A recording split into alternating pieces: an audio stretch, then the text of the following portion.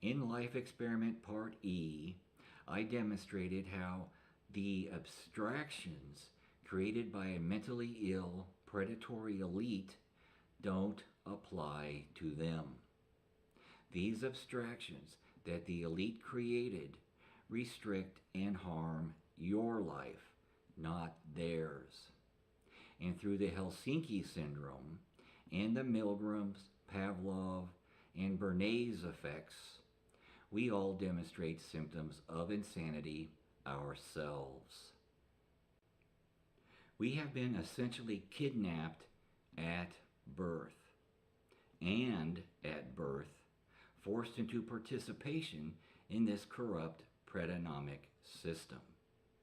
We're then conditioned from birth to accept our elitist oppression, and through hero worship and celebrity cults, to identify with those elitist oppressors.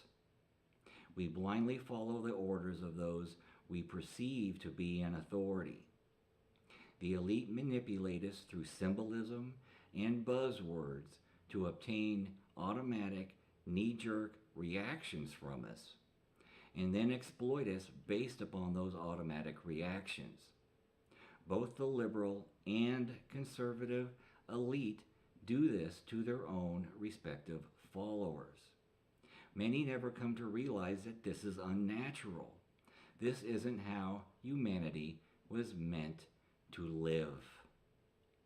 We've been mentally conditioned and manipulated into living as the elite want the world to be, not as we want the world to be, not as we instinctively know the world should be.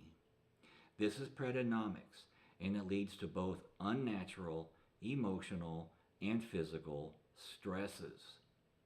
This unnatural state of human society isn't only a reflection of mental illness, but it also causes it. The unnatural stresses created by our unnatural society harms both our minds and our bodies. Pretonomics has created both mental and physical illnesses in humanity. The emotional stresses lead to mental fatigue, confusion, suspicion, paranoia, and ethical conflicts. What the elite demand of us causes a conflict of conscience, because we know these demands are not only harmful to other humans, but also because we instinctively know they're unnatural. These emotional conflicts directly cause stress and disease on our physical bodies, our internal organs. They not only cause extreme physical fatigue, but they lead to artery and vein damage, heart disease, and ulcers, among many other complications. This horribly stressful society the elite have forced upon us at birth is causing us both mental illness and physical disease. These predatory elite that have ruled since the first civilization suffer from delusional thinking themselves.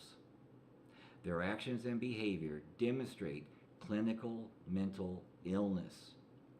This isn't just some exaggerated insult, but I'm using psychological definitions here, not just generalized impressions. Look up the terms delusion, megalomania, delusions of grandeur, sociopath, and schadenfreude online, and you'll see how each of these psychological conditions are reflected through elitist behavior. The psychological industry, an industry actually created by the elite, has demonstrated the elite are insane. But of course the elite will claim these definitions don't apply to them, just like they claim nothing else that restricts their behavior applies to them. Ironically, this itself demonstrates a sociopathic symptom. The elite are sociopaths. They behave without empathy, in a manner in which social rules don't apply to them, and the rights of others are persistently violated. The elite are also inflicted with schadenfreude. They actually derive pleasure from the harm and misfortune they cause others. This has been demonstrated continually in their communications with each other. In their emails and recorded conversations, they laugh at, belittle, and ridicule the dehumanized victims of their predation. Furthermore, the elite are delusional. They believe themselves to be something they are not. They suffer from megalomania, believing their elite status comes from some genetic or intellectual superiority, or from some kind of godly reward for being so much better than the rest of us. They suffer from delusions of grandeur. They see themselves in a historical context, wanting to be remembered through history for how great they were and how much impact they had over humanity. Humanity has been ruled by the clinically insane for over 5,000 years. It's this insane elite who turned America into a secret and fascist state. The insane elite have arranged it so only fascists make decisions in our country.